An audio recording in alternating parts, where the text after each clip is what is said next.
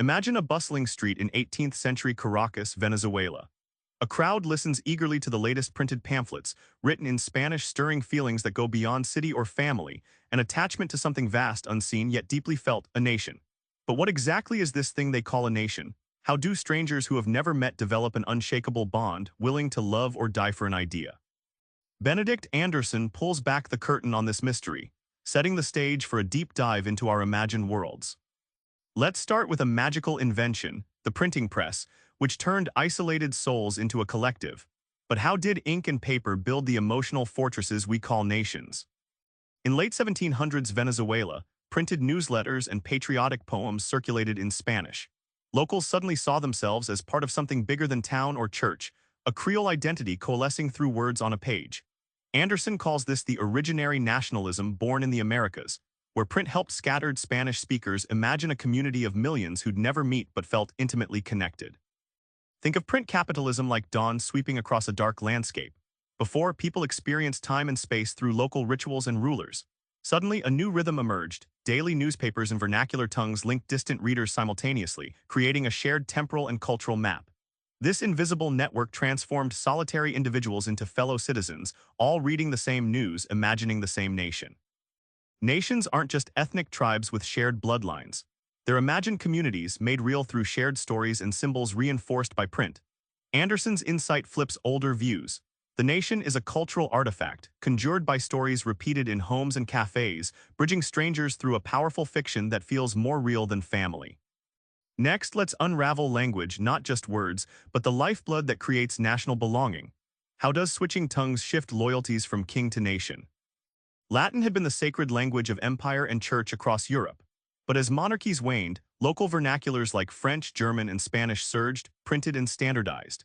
Anderson points to Gutenberg's Bible's legacy and how replacing Latin with vernaculars invited ordinary people to read and imagine themselves as part of a political community, not just subjects of a distant king or pope. Imagine language as a river divided into smaller streams. Print capitalism doesn't just record language. It shapes and standardizes it, turning dialects into a language of state that carries authority. This flood of standardized vernaculars swept away the old elite tongues, making the nation accessible to common folks and cementing loyalty to a territorial nation instead of a religious empire. This language revolution reordered how people perceive time and space. Instead of divine, eternal calendars governing life, nations embraced secular, synchronized imagined simultaneity. Daily newspapers created a shared now across distances. So language didn't just communicate. It rewired minds to conceive an old yet ever-present nation, connecting past, present, and future in one frame. Finally, let's tackle a weird twist, the role of colonial empires in sparking nationalist dreams among their subjects. How do oppressors inadvertently forge new nations? British India was a sprawling jigsaw puzzle before colonial rule, a chaotic mix of kingdoms and languages. The British imposed standardized maps, censuses, and administrative languages to govern better. These tools created new ways for Indians to see themselves, not just as villagers, but as belonging to a vast, mapped entity. Anderson shows how colonial administrative logic inadvertently crafted the canvas for Indian nationalism. Indian thinkers like Gandhi and Nehru borrowed and reshaped these colonial instruments: newspapers, railways, vernacular education. They used the empire's own language and bureaucracy to construct a unified national identity against it. This paradox made nationalism modular and flexible, an invention that colonized peoples could localize, fight back with, and reshape in their image. To solidify legitimacy, many new nations invented histories stretching back millennia. Anderson reveals this nationalist imagining of ancient roots isn't about factual history but political power, crafting a proud past that unifies. So even young nations come to see themselves as timeless, proving that the nation is as much a story about identity as it is about territory. Back to that Venezuelan street, those printed pamphlets didn't just inform, they enchanted.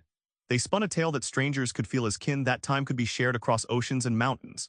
Nations are imagined, yes, but that power is very real, because stories bind us like no bloodline ever could. Next time you feel national pride or identity, ask yourself, what's the story fueling that fire? Try reading your local news as if you're meeting a stranger turned family. Subscribe for more book summaries like this one.